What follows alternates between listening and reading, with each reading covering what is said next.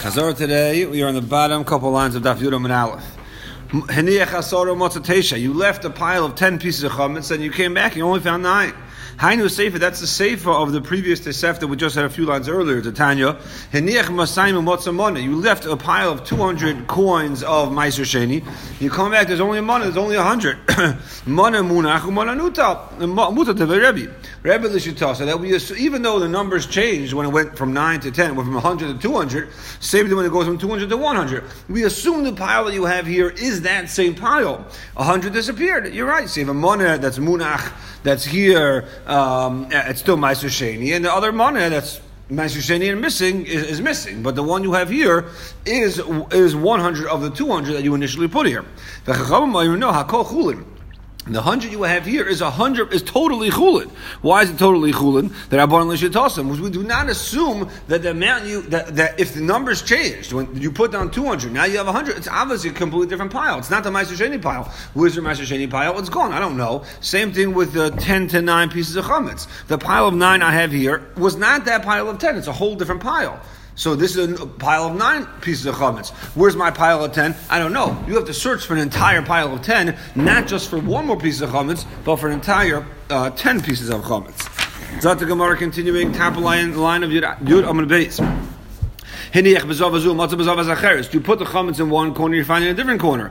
This would be told in the machlekes of B'Shimon Gamliel and the Rabbanan. The Tanya, kardim she'over b'bayis. You lost a hammer in a house. Habayis tamei, the whole house is tamei. Shani omer adam tamei nichlas l'shavanaloi. Mistam, a person, a tamei person, but a person came in and took the kardim. That's why it's no longer here. That's why it's lost. And we have to assume the person's tamei, and therefore the whole house, all the kelim in the house are tamei. B'Shimon Gamliel omer habayis tar. The bayis is tar. Shani omer hishtil. Maybe you really lent it to somebody else and you forgot that you lent it to somebody else. You took it from one corner and put it in the other corner and you forgot. Zavis, who's talking about corners? We're missing a case in the Braisa. It's 2 cases.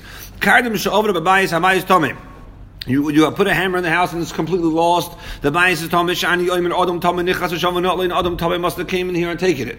Oh, your second case Shenicha Bezov Azuv must have Bezov Zacheres. Habayis Tom. You left it in corner A, you found it in corner B. Tanakama holds the same thing. The bayis is Tom. Why is the bayis Tom? Because an Adam Shani Oimer Adam Tom Nichas Shavanot Bezov Azuv Nicha Bezov Zacheres came along Adam Tom and he came into the house. He used the kelim of the house and he moved it from corner A to corner B. No, Habayis Tar. The bayis is Tom. Shani Oimer Heshilo Achav. In the case when it's completely not here, you lent it to somebody and you forgot. Or in the second case, you took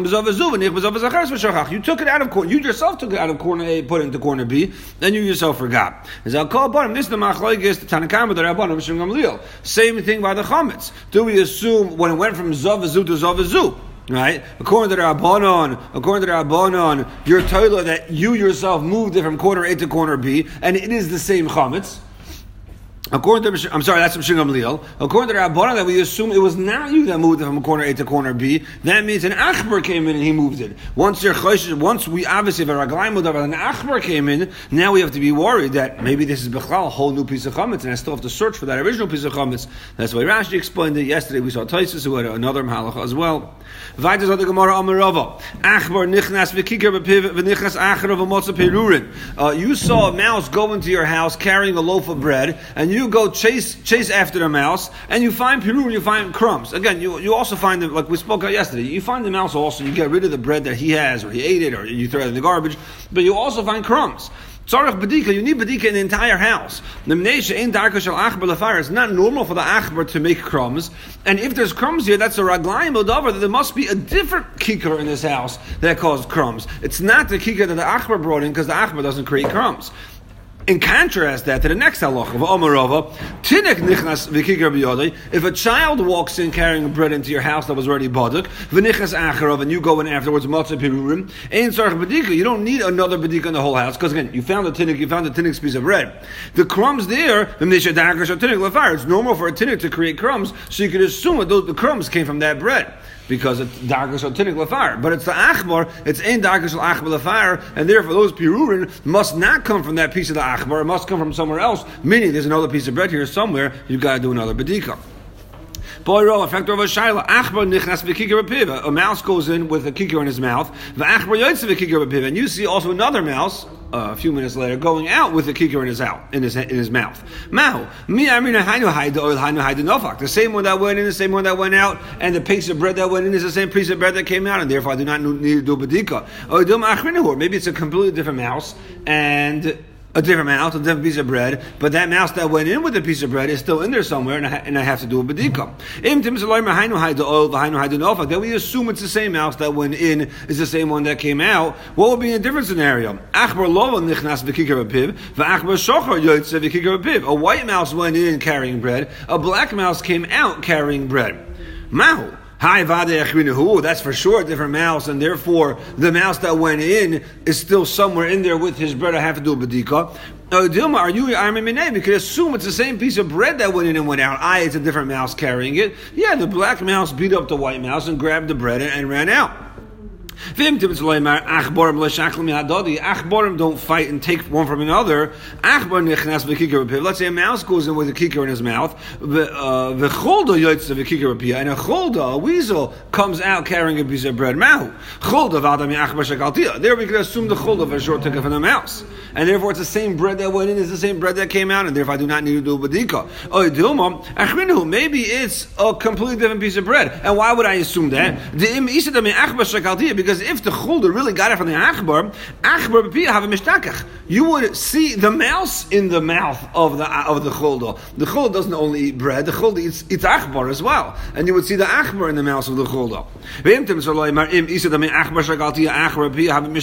you're going to say that in the prior case we assume that the chulda did not get it from the achbar, because if it got it from the achbar would also be in the mouth of the chulda. Then what would be if achbar nichnas v'kikar? What would be in the following case? A mouse goes in with bread in its mouth, the chulda yotz, and the chulda comes out, v'kikar v'achbar b'chulda, and in the mouth of the chulda is kikar of bread and achbar in the mouse, But as we'll see in 1 minute, it's on the two sides of his mouth. He has the bread and the mouse separately in his mouth. Now, what's the halacha? Do we say it's the same bread, it's the same mouse, right? The chulda grabbed the bread and grabbed the mouse, and therefore I'll call upon him. It's the same bread that went in, same bread that went out. I do not need to do another badika. If that really is the same bread that the mouse was carrying, the bread would be in the mouth of the mouse, which would be in the mouth of the chulda. Our case is not like that. The chulda is carrying the mouse and the bread separately. Maybe no. Because the mouse got scared of the chulda, dropped the bread, and the chulda grabbed both the mouse and the bread, and that's why it's in his mouth separately. Teiku, the shaila is teiku. Don't answer it until Be'ezer Hashem Eliyahu Navi comes. Boy, Rava. I have a kikar all the way up on the rafters of the roof or the ceiling, and do you need to take a ladder to take it down, or do we not need to take a ladder to take it down? Do we say kuli highly the Rabbanon were not matriach you to do such a thing? It's not going to come down by itself. He's not naturally going to come down. Therefore, there's no chashash to come to eat it. Chazal weren't matriach to go get a ladder to take it down. Maybe it will fall, then you might come to eat it. That since it might come to fall, it's possible it will come to fall, and you might come to eat it. Kikar bebar.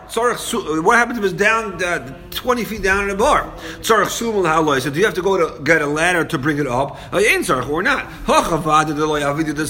Over here, it can't come up by itself, and therefore Chazal are not matriach you to go get a ladder to go get it.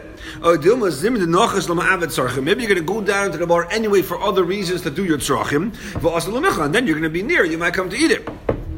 Gemara does not answer the shayla.